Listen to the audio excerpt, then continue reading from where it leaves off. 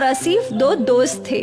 वो दोनों एक ही गांव में रहते थे और एक साथ बांस काटने जाया करते थे। हमें जंगल की निचली ओर जाना चाहिए। वहां बहुत सारे बड़े बड़े बांस के पेड़ हैं, लेकिन वहां जाने के लिए हमें नदी पार करना होगा। पर अगर आते वक्त नदी में बहाव ज्यादा रहा तो हम लौटेंगे कैसे? हम तभी उस ओर जाएंगे जब नदी का बहाव कम हो और जल्दी जल्दी बांस काट कर लौट आएंगे। ज्यादा लंबी बांस से ज्यादा पैसे मिलेंगे, वो सोचो। ये भी ठीक है, तो कल ही चलते हैं। अगले दिन से सुनील और आसिफ निचले जंगलों में पहुंचे। यहाँ कितने मोटे मोटे बांस हैं और लंबे भी। व्यापारी इनके बहुत अच्छे दाम देंगे। हाँ। उम्दा बांस पाकर दोनों बहुत खुश थे। वे लोग उन बांस को अपने गांव ले आए। वाह वाह, बहुत दिनों बाद ऐसे बांस देखे हैं। अब इनके दाम भी अच्छे लगाना। हाँ हाँ, एक बांस के 200 रुपए। तुम दोनों 5 बांस लाए हो, इनके हुए 1000। 1000 पाकर दोनों बहुत खुश थे। वो पैसे दोनों ने आपस में बांट लिए। रोज छोटे छोटे बांस से बस 300 रुपए की कमाई होती थी, आज 500 रुपए की। अब तो हम जंगल के निचले हिस्से में जाया करेंगे। हाँ। उस दिन से वो दोनों नदी पार करके ही बांस लाया करते थे और व्यापारी भी उन्हें अच्छे पैसे दिया करता था। एक सुबह दोनों दोस्त जाने के लिए निकले थे। भाई माँ ने कहा है कि बाजार से कुछ चावल और मसाले लाने हैं और मुझे पनीर भी लेना है। तो चल पहले बाजार चलते हैं, फिर वहां से नदी पार जाएंगे। हाँ, दोनों काम एक साथ हो जाएगा। दोनों बाजार पहुंचे और उन्हें जो जो सामान लेना था उन्होंने खरीद लिया। देख दोस्त, कितना ताजा पनीर मिला है। आज रात तो मेरी दावत है, मैं भी आऊंगा खाने। आ ना, तुझे कभी मना किया है क्या? चल अब नदी पार चलते हैं, बांस काट कर बेचना भी तो है। हाँ हाँ। और वो दोनों निचले जंगलों की ओर बढ़ गए। हमेशा की तरह उन दोनों ने नदी पार की और फिर जंगल में पहुंच गए और बांस काटने लगे। लेकिन अचानक बरसात शुरू हो गई। हमें घर लौटना चाहिए, नदी में पानी बढ़ने लगेगा। हाँ, बस ये एक बांस और काट लेते हैं। हाँ। बरसात और तेज हो गई। कुछ ही देर में उनका बांस कट गया और वो लोग बांसों को इकट्ठा करके नदी के रास्ते बढ़ने लगे। पर नदी में तूफान था। नदी में पानी बहुत ज्यादा है दोस्त। इतने उफान में नदी पार करना सुरक्षित नहीं है।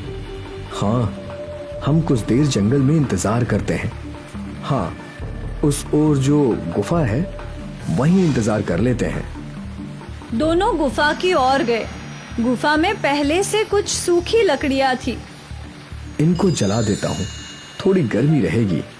आसिफ ने जो सामान खरीदा था उसमें माचिस भी था। आसिफ ने उन सूखी लकड़ियों को आग लगा दी और दोनों दोस्त आग सेकने लगे। बहुत भूख लगी है यार, मुझे भी। सुन, हम कुछ बना लेते हैं। वैसे भी थोड़ा बहुत राशन तो हमारे पास है ही, पर हम कैसे बनाएंगे? हमारे पास बर्तन तो नहीं है। तभी आसिफ का ध्यान बांस पर गया। हमारे पास बम्बू तो है, बम्बू के अंदर खाना पका सकते हैं। कैसे? तुमने बम्बू बिरयानी नहीं सुनी? नहीं, बम्बू में बिरयानी भी बनती है, पर हमारे पास मांस कहाँ है? मांस नहीं है तो क्या हुआ, हमारे पास पनीर तो है। पनीर बिरयानी बना लेते हैं। पर कैसे? तू देखता जा। आसिफ ने 2 बांस के टुकड़े काटे। उसके पास जो चावल थे वो धो दिए। बाम्बू में चावल, मसाले, पानी, नमक और पनीर डाल दिया। फिर बाम्बू की एक ओर पेड़ के पत्तों को भर के बाम्बू को बंद कर दिया और फिर उन सबको अच्छे से हिलाकर जलती हुई आग में रख दिया। अब बस 20 मिनट में हमारी बम्बू बिरयानी तैयार हो जाएगी। देखते हैं। बाम्बू आग में अच्छे से सेकने लगे और जब बाम्बू पूरी तरीके से जल गए तो बहुत ही सौंधी सुगंध गुफा में फैल गई। लगता है बिरयानी तैयार हो गई है दोस्त। आसिफ ने वो बाम्बू बाहर निकाले और 2 केले के पत्ते लगा दिए और जैसे ही बाम्बू थोड़े ठंडे हुए और बिरयानी केले के पत्तों पर निकाल ली। दिखने में तो बहुत स्वादिष्ट है। अब जैसी भी हो, भूख लगी है, खाते हैं, चल। दोनों ने बिरयानी चखी और दोनों मंत्रमुग्ध हो गए और फिर दोनों बड़े चाव से बाम्बू बिरयानी खाने लगे। भाई, तू तो ऐसी लाजवाब बम्बू बिरयानी बनाता है ना कि क्या बोलूं। शुक्रिया। तुझे तो ये बिरयानी बेचनी चाहिए दोस्त। कहाँ मेहनत मजदूरी कर रहा है। इस बिरयानी को मशहूर होने में वक्त नहीं लगेगा। सच में? हाँ, तू कहे तो साथ में ढाबा खोलते हैं। हाँ हाँ, क्यों नहीं। जब बरसात थमी, नदी का पानी कम हुआ तो दोनों दोस्त सारे बांस लेकर अपने गांव आ गए, पर आज उन्होंने बांस बेचे नहीं। अगले दिन आसिफ और सुनील ने गांव के नुक्कड़ पर अपनी दुकान लगाई। गांव वाले अचंभे में थे कि आखिर ये लोग बांस में क्या बेच रहे थे। अरे बेटा, ये क्या है? ये बम्बू बिरयानी है काका, पनीर की। बम्बू बिरयानी? जरा हमको भी खिलाओ। गांव के लोगों ने पहली बार बाम्बू बिरयानी चखी। अरे वाह, क्या कमाल स्वाद है आसिफ भाई। ऐसी बिरयानी जिंदगी में नहीं खाई। मजा आ गया। आसिफ और सुनील की बाम्बू बिरयानी गांव में मशहूर हो गई। ग्राहक कतार में खड़े रहकर बाम्बू बिरयानी खाने लगे।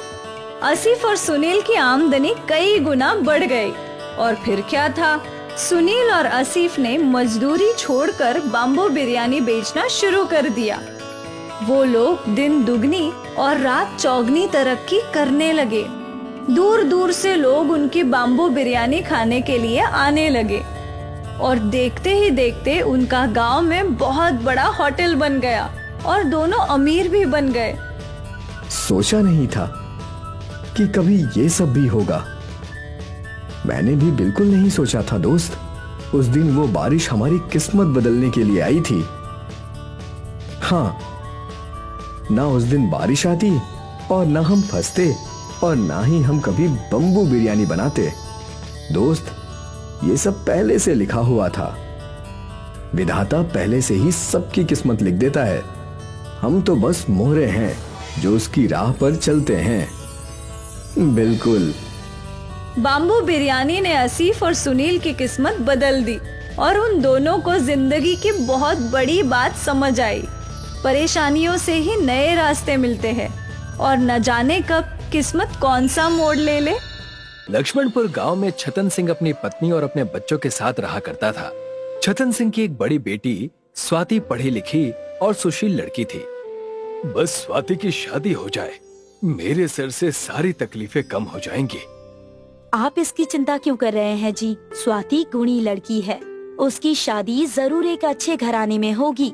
आप निश्चिंत होकर अपने काम पर जाइए, मैं खाना स्वाति के हाथों भेज दूंगी। छतन सिंह एक किराने की दुकान में नौकरी किया करता था और हमेशा अपने मालिक के ताने और ग्राहकों से डांट सुना करता था। मुझे 1 किलो बासमती चावल दे देना, आज घर पर बिरयानी बनानी है। अरे वाह बहन जी, ये बड़ी अच्छी बात है। 1 किलो बासमती चावल पूरे 200 रुपए के हैं, पैसे दीजिए। 200 रुपए? तुम्हारा दिमाग खराब तो नहीं हो गया है? 200 रुपए चावल कैसे हो सकते हैं? आस पड़ोस की दुकान में तो 120 रुपए किलो है। वो क्या है ना बहन जी कि ये सारी कीमत मेरे मालिक ने तय की है। अगर मैं इसे कम में बेचता हूँ तो मुझे बहुत डांट पड़ती है। उनसे कहिए अब से मैं आपके इस घटिया दुकान में नहीं आने वाली हूँ और सबको मना करने वाली हूँ कि और कोई भी इस दुकान में ना आए। वो औरत दुकान पर से गुस्से में चली जाती है। उतने में वहाँ पर छतन सिंह का मालिक आता है जो ये सारी बातें सुन लेता है और छतन सिंह को फटकार लगाकर कहता है, तुम हो ही नहीं किसी काम के, तुमसे कुछ नहीं होने वाला। मैं तुम्हें अभी नौकरी से निकालता हूँ। मालिक, आप ये कैसी बातें कर रहे हैं? मैं आपके यहाँ 20 साल से काम कर रहा हूँ, ऐसा ना कीजिए। एक ग्राहक तो तुमसे संभाला नहीं जाता। चले जाओ यहाँ से, दफा हो जाओ। पता नहीं किस काम के हो, और आइंदा कभी अपनी शक्ल भी मत दिखाना। छतन सिंह वहाँ से जा ही रहा होता है कि स्वाति हाथ में टिफिन का डब्बा लिए उसे रास्ते में मिलती है और उसे निराश देखकर उससे कहती है, क्या हुआ पिताजी, आप इतने चिंतित क्यों हैं? और इस तरह भारी धूप में कहाँ जा रहे हैं? मैं क्या बताऊं बेटी, मेरी किस्मत ही फूटी हुई है। तुम्हारी शादी करवाना चाहता हूँ, लेकिन हमेशा कोई ना कोई तकलीफ मुझे परेशान करती ही रहती है। लेकिन हुआ क्या है? आप इतने टेंशन में लग रहे हैं। अगर आप इतने टेंशन में रहेंगे तो आपका बीपी बढ़ जाएगा। बताइए तो। तब जाकर छतन सिंह उसे अपनी सारी समस्या बताता है। पिताजी की परेशानी देखकर स्वाति की आंखों में आंसू आ जाते हैं। तुम क्यों रो रही हो बेटी? इन सब में मेरी ही गलती है। मेरे सारे दोस्त बेईमानी करके आगे निकल गए, और एक मैं हूँ जिसे बेईमानी करना नहीं आता तो कुछ ना कर पाया। दोनों वहाँ चिंता में खड़े थे कि उन्हें कुछ डाकुओं के झुंड ने घेर लिया, जिसे देखकर दोनों अचंभित रह गए। बागड़ बोल, इन दोनों बाप बेटी को हमारे घर ले चलो। हाँ, बागड़ बोल की जय, ले चलो। छोड़ो हमें, छोड़ो, छोड़ो, छोड़ो हमें, छोड़ो मुझे। उन डाकुओं के पूरे झुंड ने उन्हें बंदी बना लिया और अपने इलाके में ले गए। स्वाति की माँ यानी कि छतन सिंह की पत्नी पहले से ही वहाँ बंधी हुई है। भाग्यवान, तुम यहाँ क्या कर रही हो? कौन है ये लोग और हमसे चाहते क्या है? मैं घर से बाहर बाजार की तरफ राशन लेने जा रही थी। सोचा था कि बिरयानी बनाऊंगी, और इन लोगों ने मुझे अगवा कर लिया। पता नहीं ये हमसे क्या चाहते हैं। हमें बंदी बनाकर क्यों रखा गया है? मैं और मेरा परिवार दर्द से करा रहे हैं। हमें छोड़ दो। हमसे चाहते क्या हो? तुम छतन सिंह हो ना, जो उल्टा पैदा हुआ है, और वही छतन सिंह जिसने कभी कोई चोरी का काम ही नहीं किया। जी, मैं वही छतन सिंह हूँ, लेकिन तुम मेरा नाम और ये सब कैसे जानते हो? तुम हो कौन? तुम मेरी बातें छोड़ो। इस पत्थर को देख रहे हो? इस पत्थर का मैं क्या करूं? इस पत्थर पर से तुम्हें 10 बार छलांग लगानी है। अगर तुम इसमें सफल होते हो तो मैं तुम्हें एक तोहफा दूंगा। तब तुम मेरे परिवार को छोड़ दोगे ना? मेरा वादा है तुमसे। क्या के कहते ही छतन सिंह को छोड़ दिया, और छतन सिंह उस बड़े से पत्थर के ऊपर से छलांग लगाने लगा। जैसे ही 10 छलांग छतन सिंह के पूरे हुए, वो पत्थर एक सुंदर लड़के में बदल गया। उस लड़के को देख के सारे खुशियां मनाने लगे। मेरा बेटा वापस आ गया। धन्यवाद तुम्हारा। बागड़ बोल महाराज की जय। मैं उनका हमेशा आदर करूंगा। ये हुई ना बात, लल्लन अब वापस आ गया। ये सब क्या है? कोई विस्तार से बताएगा? चोरी और लालच के श्राप के कारण मेरा बेटा पत्थर का बन गया था। ये श्राप से तभी मुक्त हो सकता था जब कोई उल्टा पैदा हुआ व्यक्ति जो ईमानदार और सच्चा हो उस पत्थर से 10 छलांग लगा देता। तो जो तुमने आज कर दिया, पिछले 2 सालों में ना जाने मैं कितने लोगों को लेकर आया था। तुम्हारा काम हो गया, तो अब क्या हम यहाँ से जा सकते हैं? मेरा परिवार पहले से ही बहुत परेशान है, और तुमने उन पर और तमाशा कर रखा है। छोड़ो हमें अब। ऐसे कैसे जाओगे? तुम्हारी भेंट तो लेते जाओ। क्या ने अपने आदमियों को इशारा किया। वहाँ से उनमें से एक चमकता हुआ हैंडपंप लेकर आ गया। तुमने हमें इतना परेशान किया इस हैंडपंप के लिए? ये कोई मामूली हैंडपंप नहीं है, ये चमत्कारी हैंडपंप है। जब तुम इसे चलाओगे तो इसमें से तुम्हारी मनपसंद चीज निकलेगी। क्या सच? और ये तुम मुझे दे रहे हो? हाँ, तुमने मेरे ऊपर इतना बड़ा उपकार जो किया है, मेरे बेटे को वापस लाकर। लेकिन इस हैंडपंप का इस्तेमाल कैसे करना है, और इससे क्या होगा? इस हैंडपंप को तुम एक सुरक्षित जगह जाकर लगा देना, और इसके ऊपर थोड़ा सा पानी फेंक देना। जब भी तुम हैंडपंप चलाओगे, उसके अंदर से तुम्हारी मनपसंद चीज निकलेगी। उन डाकों से छतन सिंह का परिवार हैंडपंप लेकर आता है और वहां से चला जाता है। छतन सिंह अपने घर के आंगन में उस हैंडपंप को लगा देता है। स्वाति एक गिलास में पानी लाकर छतन सिंह को देती है। देर किस बात की, आप इस हैंडपंप को चला दीजिए, कुछ ना कुछ तो जरूर अच्छा ही होगा।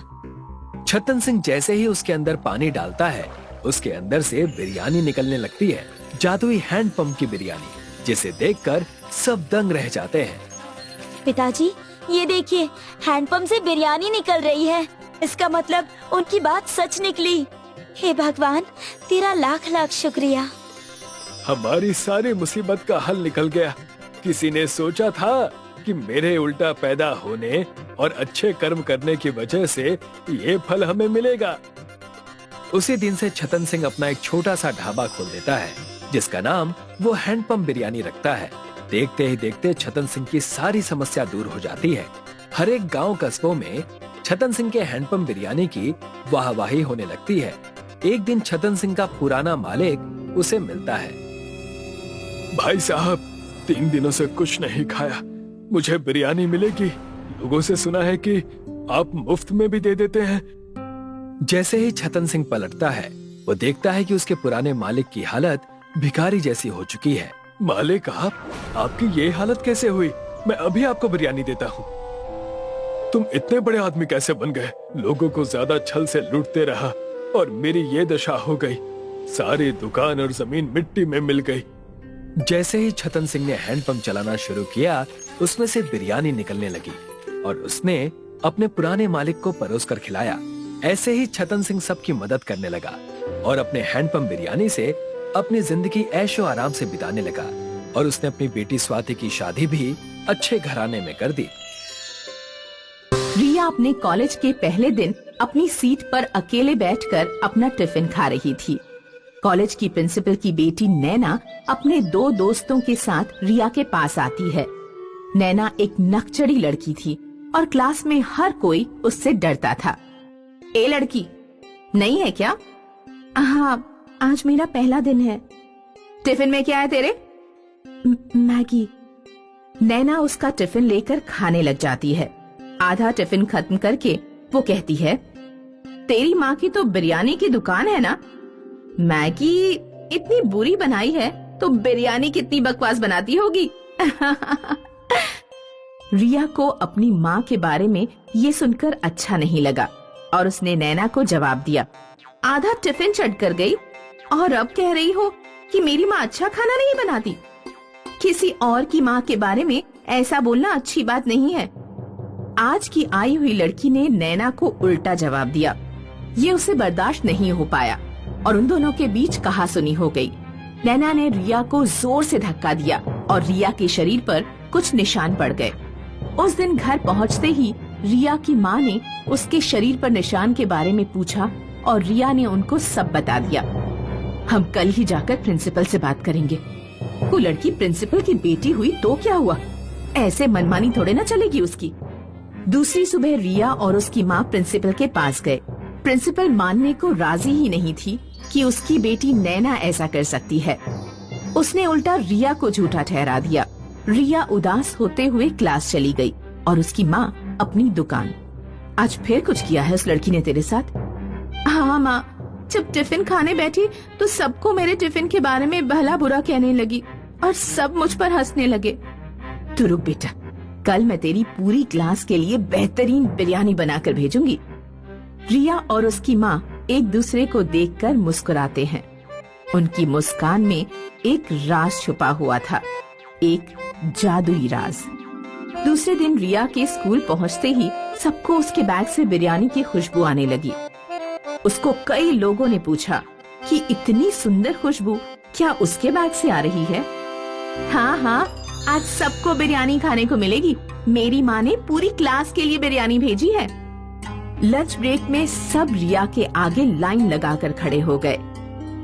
पूरी क्लास ने रिया की माँ के हाथ की बिरयानी खूब स्वाद लेकर खाई। अब आएगा मजा। बिरयानी तो खा लिया, अब बिरयानी के जादू का समय है। लंच ब्रेक के बाद सब स्टूडेंट्स क्लास में बैठे हुए थे। नैना अचानक बेंच में चढ़कर बंदर की तरह उछलने लग गई। नैना और उसके दोस्त जिन्होंने रिया का मजाक उड़ाया था, सब अपने बेंच पर चढ़कर बंदर की तरह उछलने लग गए। क्या कर रहे हो तुम तीनों? अभी नीचे उतरो। Get out from my class. अभी बाहर निकलो। पूरी क्लास नैना और उसके दोस्तों को देखकर हंसने लगी। नैना को घर भेज दिया गया। दूसरे दिन नैना शर्मिंदगी से क्लास में किसी से नजरें नहीं मिला पा रही थी। उसे रिया पर बहुत गुस्सा आया और अब वो उसकी हालत का बदला लेना चाहती थी। इस रिया की तो इसको अब मजा चखाऊंगी मैं। इसको इस क्लास से ना निकाल दिया तो मेरा नाम भी नैना नहीं। कुछ दिनों बाद नैना ने रिया को कॉल किया। हेलो रिया, तुम कल कॉलेज आ रही हो? हाँ, आऊंगी मैं कॉलेज। क्यों? वो एक्चुअली तुम्हारे माँ की हाथ की बिरयानी खाने का मन कर रहा है। बहुत स्वादिष्ट थी उस दिन भी। तुम चाहो तो मैं तुम्हें पैसे दे दूंगी उसके। थोड़ा ज्यादा लेकर आना, मैं अपने पिताजी को भी खिलाना चाहती हूँ। हाँ जरूर, क्यों नहीं। कल मैं टिफिन में तुम्हारे और सर के लिए बिरयानी लेकर आऊंगी। रिया और उसकी माँ को कुछ तो गड़बड़ लग रही थी, इसलिए रिया की माँ ने फिर से अपनी जादुई बिरयानी बनाई और रिया के हाथ उसे कॉलेज भेज दिया। आ गई तुम? मुझसे तो इंतजार ही नहीं हो रहा था। और चलो अभी पापा को देकर आते हैं। पर प्रिंसिपल सर तो मीटिंग में होंगे ना अभी। इतनी बढ़िया बिरयानी खाकर वो अपनी मीटिंग खुद कैंसिल करवा देंगे। तुम अपने हाथों से बिरयानी देना उनको। उनको भी तो पता चले तुम्हारी बिरयानी के जादू के बारे में। जाओ, उनको बाहर बुलाकर लाओ। रिया प्रिंसिपल के कैबिन के अंदर उन्हें बुलाने जाती है। नैना मौका देखकर अपने पापा की बिरयानी में जुलाब की गोलियां डाल देती है। फिर प्रिंसिपल ने नैना को भी अंदर बुलाया। क्या हुआ नैना बेटा? तुम्हें पता है मैं एक इम्पोर्टेंट मीटिंग में हूँ। जी पापा, आप बस ये बिरयानी एक चम्मच चखकर देखिए, आपको सब समझ में आ जाएगा। बहुत ही बढ़िया बिरयानी है, मैंने भी खाई है। मैं चाहती हूँ कि आप भी रिया की माँ की हाथ की बिरयानी खाएं। प्रिंसिपल बिरयानी चखता है और बहुत खुश हो जाता है। प्रिंसिपल बहुत स्वाद लेते हुए बिरयानी खा रहा है। नैना इंतजार कर रही है कि कुछ गड़बड़ होगी, पर उसके पापा तो खुशी खुशी बिरयानी खाए जा रहे हैं। वाह बेटा, ये तो सच में बहुत स्वादिष्ट बिरयानी है। वाह रिया, तुम्हारी माँ को मेरी तरफ से थैंक यू कहना बेटा। पापा, आपको कुछ हो नहीं रहा है? मुझे तो बस इस बिरयानी से प्यार हो रहा है। ऐसी बिरयानी आज तक नहीं खाई मैंने। लो तुम भी खाओ, आओ आओ आओ। नैना के मना करने के बावजूद प्रिंसिपल उससे जबरदस्ती 2 चम्मच बिरयानी खिला देते हैं। नैना के पेट में गड़बड़ शुरू हो जाती है और वो बंदर के जैसे खुजलाने भी लग जाती है। बाप रे, ये मुझे क्यों हो रहा है? ये तो आपको होना चाहिए था। क्या बात कर रही हो बेटी? नैना भागते हुए टॉयलेट जाती है और वापस आकर फिर से बंदर के जैसे खुजलाते हुए कुछ कुछ बोलती रहती है। जुलाब की गोली तो आपके लिए डाली थी, मुझ पे क्यों असर कर रही है? आपकी मीटिंग खराब करनी थी, या तो मेरा पेट खराब हो गया। नैना टॉयलेट के अंदर बाहर भागते हुए सारा सच उगल देती है। मैं हमेशा आपके प्रिंसिपल होने का फायदा उठाती थी। आपको कभी समझ ही नहीं आया कि आपकी बेटी कितनी चालाक है। नैना ने जादुई बिरयानी की शक्तियों की वजह से सारा सच उगल दिया, बिरयानी से लेकर अपनी चालाकी तक। प्रिंसिपल ये सुनकर आंख बबूला हो गया और नैना के ऊपर चिल्लाने लगा। प्रिंसिपल ने रिया से माफी मांगी और उसे क्लास में जाने को कहा। रिया मुस्कुराते हुए अपनी क्लास में चली जाती है और प्रिंसिपल अपनी बेटी की क्लास लेना जारी रखता है। जय और उसकी माँ विनीता अपने छोटे से गांव में रहते थे। उनका गांव काफी पिछड़ा हुआ था। जय ज्यादा पैसे कमाने के लिए अपनी माँ को छोड़कर शहर चला जाता है। विनीता छोटे मोटे काम करके अपना गुजारा करती है। जय हर शनिवार अपनी माँ से मिलने आया करता था और रविवार शाम तक शहर वापस चला जाता था। एक रविवार की शाम बिनीता उसे कहती है, बेटा, आजकल गांव में बहुत लाइट जाने लगी है। अब हर रात कैंडल खरीदने तो नहीं जा सकती। कोई लालटेन ला दे, सस्ता पड़ेगा मुझे। आपने पहले क्यों नहीं बोला माँ? मैं शहर से आते वक्त ही ला देता। अच्छा ठीक है, मैं दूसरे शनिवार ला दूंगा। अगली शनिवार जय कुछ काम से घर नहीं आ पाता और विपुल नाम के अपने एक दोस्त के हाथ अपनी माँ के लिए लालटेन भिजवा देता है। बिनीता रात को लालटेन जलाकर अपने सारे काम करती है। देर रात तक लाइट न आने की वजह से बिनीता लालटेन को धीमी आग में जलाकर कमरे के एक कोने में रखकर सो जाती है और दूसरी सुबह, ओह, रात भर ये लालटेन चालू रहा, मुझे तो बंद करना याद ही नहीं रहा। ऐसा कहते हुए बिनीता लालटेन बुझाने उसके पास गई। लालटेन के पास एक मटका रखा हुआ था। बिनीता ने अच्छे से देखा तो वो मिट्टी का मटका अब सोने का बन गया था। ये सोने का मटका? यहाँ तो मैंने मिट्टी का मटका रखा था, ये कैसे हो गया? जय को आने दो, उससे पूछना पड़ेगा। उस रात बिनीता फिर से जलती हुई लालटेन अपने बिस्तर के पास रखकर सो गई। रात भर बिनीता करवटें लेती रही। उसकी नींद भी अच्छे से नहीं हुई। सुबह उठकर जब बिनीता अपने बिस्तर पर बैठी तो वो सारा माजरा समझ गई। हाय दैया, ये मेरा बिस्तर सोने का कैसे बन गया? जरूर इस लालटेन में कोई जादुई शक्तियां हैं। बिनीता ने उस हफ्ते हर रात लालटेन किसी एक चीज के सामने रखी और रात भर उस लालटेन की रोशनी में रखने की वजह से वो चीज सोने की बन जाती थी। बिनीता अब बेसब्री से जय का इंतजार कर रही थी। शनिवार को जय अपने दोस्त विपुल के साथ गांव आया और अपने घर के अंदर जाकर उसे यकीन नहीं हो रहा था कि ये उसी का घर है। माँ, ये मैं क्या देख रहा हूँ? क्या ये वही है जो मैं सोच रहा हूँ? हाँ बेटा, जो लालटेन तूने शहर से भिजवाई थी वो जादुई लालटेन थी। उसकी रोशनी में कोई भी सामान रात भर रख दो तो वो सोने का बन जाता है। माँ, हम तो लखपति बन गए। सोने की लॉटरी लग गई है हमारी माँ। जय और बिनीता खुशी से गले मिलते हैं। विपुल का ये देखकर मुंह सड़ जाता है। वो वहाँ से दोनों को बधाई देते हुए अपने घर निकल जाता है। ये साला जय मेरे ही हाथों लालटेन भिजवाई और अब लखपति बन गया। मुझे उस जादुई लालटेन के बारे में पता होता तो कभी उसे नहीं देता। विपुल को लगा उसके साथ नाइंसाफी हो रही है और उसने अपने इंसाफ के लिए दूसरी सुबह जय के घर से वो लालटेन चुरा ली। विपुल के पास रात तक रुकने का धैर्य और समय दोनों नहीं था। उसने जल्दबाजी में सुबह ही वो लालटेन जला ली। इस लालटेन के सोने पे मेरा हक भी उतना ही है जितना उस जय का है। अब मैं भी लखपति बनूंगा। विपुल अपना सारा सामान लालटेन के इर्द गिर्द रख देता है। देखते ही देखते उसके सामान में एक एक करके आग लगने लग जाती है। हे भगवान, ये क्या हो रहा है? मेरा सारा सामान! नहीं नहीं नहीं, कोई रोको इस आग को।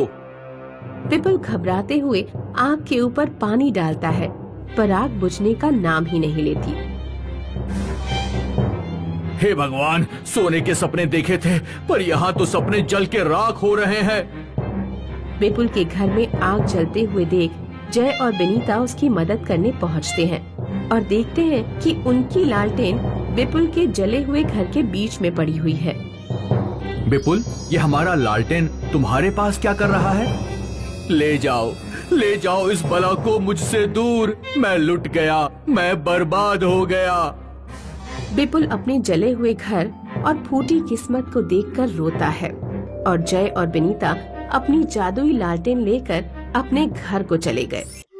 अब्दुल मियाँ की मौत के बाद उनके तीनों बच्चे अनाथ हो गए।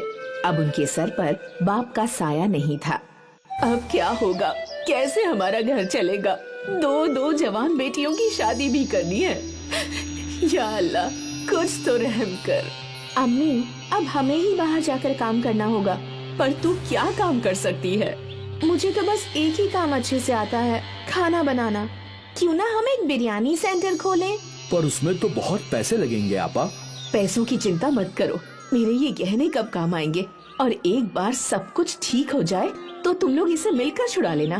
पर अम्मी, अब्बा ने ये आपके लिए खरीदे थे। बेटा, मेरी पहली जिम्मेदारी तुम सब हो। गहनों का क्या है, वो तो वापस भी बन जाएंगे। ठीक है। शिफा ने अपनी अम्मी के गहने ले लिए और उन्हें गिरवी रखकर उसे 20,000 रुपए मिले। उन पैसों से उन लोगों ने छोटा सा ठेला खरीद लिया और तीनों भाई बहन मिलकर उस ठेले पर काम करने लगे। ले लो गर्मा गर्म बिरयानी, जायका ऐसा कि उंगलियां चाटते रह जाओगे। ले लो गरम गरम बिरयानी। कई लोगों ने उनके ठेले की बिरयानी चखी और सभी को वो बिरयानी अच्छी लगी। वाह, क्या बिरयानी है, हमने कभी इतनी स्वादिष्ट बिरयानी नहीं खाई। हाँ, बहुत अच्छी बिरयानी है। शुक्रिया भाईजान, ये हमारी अम्मी का नुस्खा है, हमारी अम्मी की स्पेशल बिरयानी। बहुत अच्छी है। और देखते ही देखते उनका बिरयानी का ठेला चल पड़ा। अब लोगों की भीड़ लगने लगी। मुझे 2 बिरयानी पार्सल देना। ठीक है। मुझे भी दो।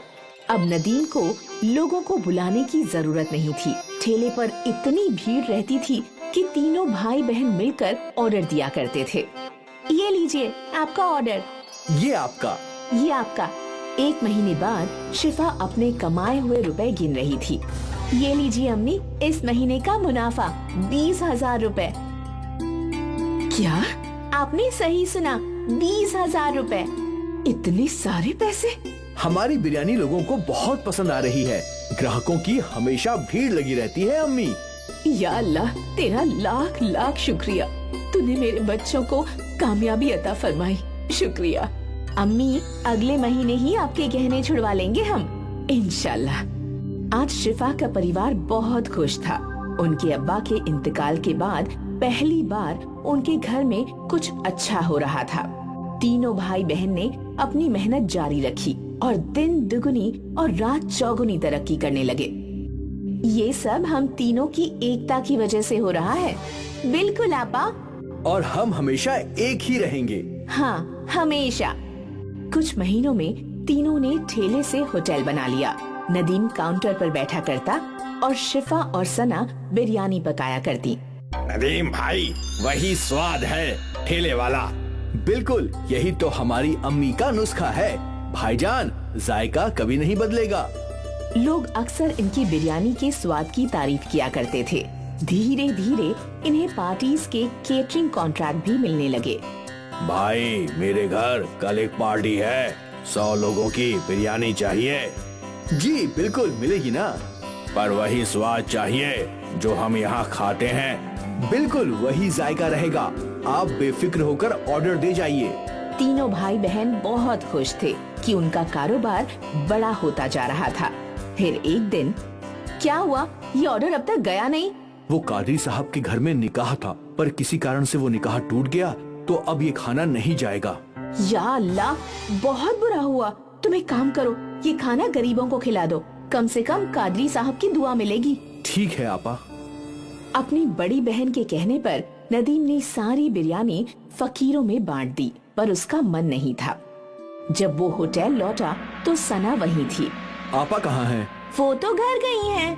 मुझे समझ नहीं आ रहा कि आपा ने इतनी सारी बिरयानी गरीबों में बांटने को क्यों बोल दी। क्या बोल रहे हो तुम? सना आपा, आज कादरी साहब के घर पर निकाह था। उन्होंने 300 लोगों की बिरयानी का ऑर्डर दिया था, लेकिन किसी कारण से उनके घर का निकाह टूट गया, तो अब बिरयानी बच गई थी। मैं सोच रहा था कि हम बिरयानी बेच देंगे, पर आपा ने बोला कि सारी बिरयानी गरीबों में बांट दो। ये तो सही फैसला नहीं हुआ। हम उस बिरयानी से भी पैसे कमा सकते थे आपा। हाँ बिल्कुल, हमारी आपा बहुत नेक दिल है, इसीलिए उन्होंने सोचा होगा कि जब हमें बिरयानी के पैसे मिल गए हैं तो क्यों ना बिरयानी गरीबों में बांट दी जाए। पर उन्हें दुगने मुनाफे का ख्याल आया ही नहीं होगा। हो सकता है। तभी शिफा वहाँ आई और सना और नदीम ने अपनी बातचीत बंद कर दी। सारी बिरयानी गरीबों में बांट दी ना? हाँ हाँ बिल्कुल, कम से कम कादरी साहब को दुआएं मिले। अभी उन्हें दुआओं की खास जरूरत है। जी। सना और नदीम अपनी बड़ी बहन के फैसले से सहमत नहीं थे। खैर, उनका कारोबार चलता रहा। उन्हें और भी बड़े बड़े ऑर्डर्स मिले। उनका होटल भी अच्छा चल रहा था। फिर कुछ महीनों बाद एक और ऑर्डर कैंसिल हो गया। नदीम, अंसारी जी का ऑर्डर कैंसिल हो गया है। तुम ये सारी बिरयानी गरीबों में बांट दो। ठीक है आपा। नदीम ने हाँ तो कह दिया, पर उसका मन नहीं था। बड़ी बहन के घर जाने के बाद सना और नदीम बातें करने लगे। क्या हम ये बिरयानी बेच नहीं सकते? अभी तो रात के 10 बज गए हैं। अब शायद ही ग्राहक आएंगे। एक काम करते हैं, इसे अंदर रख देते हैं। कल पहले यही बेचेंगे। हाँ हाँ, ये सही होगा। दोनों भाई बहन ने मिलकर वो बिरयानी छुपा दी। अगले दिन उन लोगों ने पहले वो बिरयानी बेची और वो दोनों बहुत खुश थे कि मुनाफा दुगना हो रहा है, और शिफा इस बात से अनजान थी। फिर क्या था, जब भी कोई ऑर्डर कैंसिल होता, अगले दिन वो बिरयानी सना और नदीम होटल में बेचा करते थे। ये सिलसिला काफी महीनों तक चलता रहा। एक दिन ये बासी बिरयानी एक रेगुलर कस्टमर की प्लेट में आई। नदीम भाई, कुछ तो गड़बड़ है। बिरयानी में वो स्वाद नहीं है। ऐसा कैसे हो सकता है भाई? हम तो हमेशा से वैसी ही बिरयानी बना रहे हैं। ठीक है। धीरे धीरे सारे कस्टमर्स को बिरयानी की गड़बड़ समझने लगी और उन्हें वो स्वाद पसंद नहीं आ रहा था। अचानक उनके होटल में ग्राहक कम हो गए। तभी शिफा सोच में डूब गई। अचानक ऐसा क्या हो गया? हमारे ग्राहक टूट क्यों रहे हैं? ऐसा चलता रहा तो कैसे चलेगा? नदीम को अपनी गलती समझ में आई। वो अपनी आपा के सामने रोने लगा। मेरी गलती है। मैंने और सना आपा ने बासी बिरयानी ग्राहकों को खिलाई। क्या? नदीम ने अपनी आपा के सामने सारी गलती कबूल की। ये तूने क्या कर दिया? ज्यादा मुनाफा कमाने के चक्कर में धंधा ही तोड़ दिया। अब हम कैसे ग्राहकों को वापस लाएंगे? हमें माफ कर दीजिए आपा। हमें नहीं पता था कि ऐसा कुछ हो जाएगा। तुम्हारे लालच ने सब कुछ बर्बाद कर दिया। तीनों सोचने लगे कि अब वो लोग क्या कर सकते हैं। और फिर अगले दिन शिफा को एक रास्ता मिल गया। शिफा ने एक बोर्ड लिखवाया, हमें माफ कर दीजिए, हमारी गलती की वजह से आपको बासी बिरयानी खानी पड़ी। हम शर्मिंदा हैं, इसलिए अगले 1 हफ्ते तक हम सबको फ्री में बिरयानी खिलाएंगे। ये बोर्ड शिफा ने होटल के बाहर लगा दिया। कस्टमर्स ने बोर्ड पढ़ा और वो फ्री की बिरयानी खाने होटल में आ गए और एक बार फिर उन्हें ताज़ी बिरयानी का स्वाद पसंद आने लगा। ये तो बिल्कुल पहले जैसी है। हाँ हाँ, मजा आ गया। भले ही उनको 1 हफ्ते फ्री में बिरयानी खिलानी पड़ी, पर उनकी मुश्किल का हल निकल गया। उनके ग्राहक लौट आए और सना और नदीम को समझ में आ गया कि लालच बुरी बला है। एक बार फिर अम्मी की बिरयानी चल पड़ी।